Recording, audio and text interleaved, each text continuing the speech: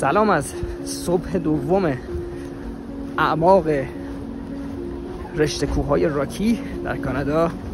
برف شروع شده و امروز احتمالا روز چالنجینگی خواهیم داشت. ما داریم خداحافظی میکنیم با لیک لوئیس به سمت جسپر. جاده باید باز باشه طبق چیزی که گفتن، ولی پیوسته قراره برف بیاد. ببینیم چی میشه.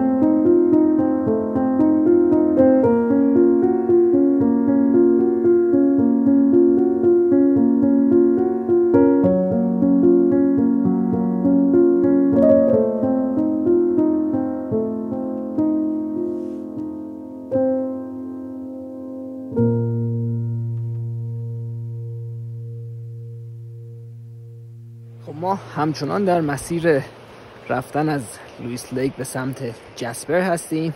شگفت انگیز بود این جاده، واقعا شگفت انگیز بود این جاده. انگار یه تیکه از بهشت اومده مستقیم روی زمین. 200 کیلومتر از بهشت روی زمین بود. جاده آیس فیلدز پارک وی، حد فاصل لیک لوئیس و جسپر، واقعا بی‌نظیر بود. و حالا اینجا بین راه وایسادیم برای یه مقداری عکاسی. خیلی برف میومد، هوا یه ذره بهتر شد. خیلی لوکیشن ها رو به ناچار از دست دادیم. تو مسیر برگشت باید بهشون سر بزنیم، ولی اینجا یه رودخونه بسیار زیبا، یه قله خیلی قشنگ و بریم برای یه عکس کنار جاده‌ای و دوباره راه بیفتیم به سمت جسپر.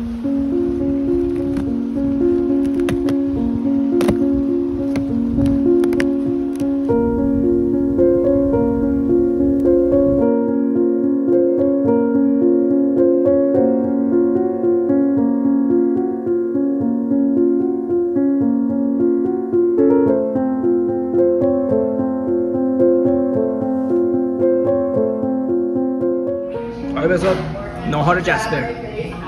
آره میکنم که غذاش که خیلی جالب و جذابه. بخوریم ببینیم چی میشه. راه زیادی اومدیم، تقریبا 230 کیلومتر راه اومدیم. جاده خیلی عجیب غریب و چالش برانگیز بود، ولی دیگه رسیدیم خدا رو شکر. و حالا ببینیم که فرصت چی میشه برای عکاسی و تصویربرداری امروز و فردا اینجا تو جسپر.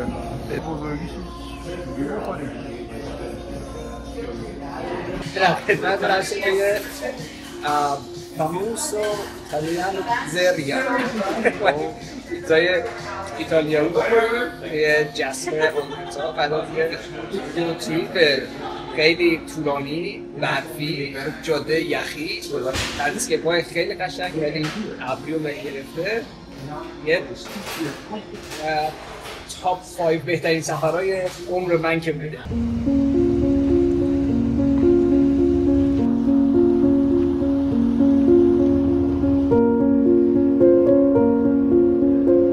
ما به خاطر گرفته بودن هوا و بارش برف شرایط عکاسی غروب امروز رو نداشتیم. به پیشنهاد آقای بهزاد اومدیم داریم توی جسپر قدم میزنیم.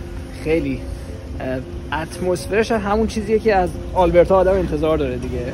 درسته؟ طراحی شده برای آب و هوای سرد و کوهستانی. دقیقاً. خیلی غذا نگفتیم.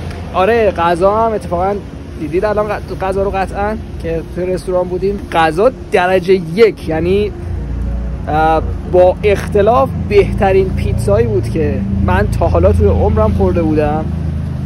حالا آقای بهزاد خیلی چون اهل پیتزا هن، تخصصی تر چطور بود؟ جسپر و برف و غذاشون واقعا خوب. غذا واقعا درجه یک. از قبلم نمیشناختیم رستورانو، با ریویوهای گوگل اومدیم ولی واقعا بی‌نظیر بود. رستوران ایتالیایی بود و من امروز تازه فهمیدم که چرا میگن ایتالیایی‌ها معتقدن به پیتزا نباید سس زد. انقدر این پیتزا کامل و خوشمزه بود اصلا نیازی به سس نداره. یعنی پیتزایی که شما سس بهش می‌زنید چون اون خلأ داره. ما سال قبلم که اینجا بودیم چند جا که غذا خوردیم هر کدومشون واقعا غذاشون کیفیت، یعنی نسبت به غذاهایی که تو تورنتو و اونتاریو می‌خوریم اصلا قابل قیاس نیستن. اصلا نیستن.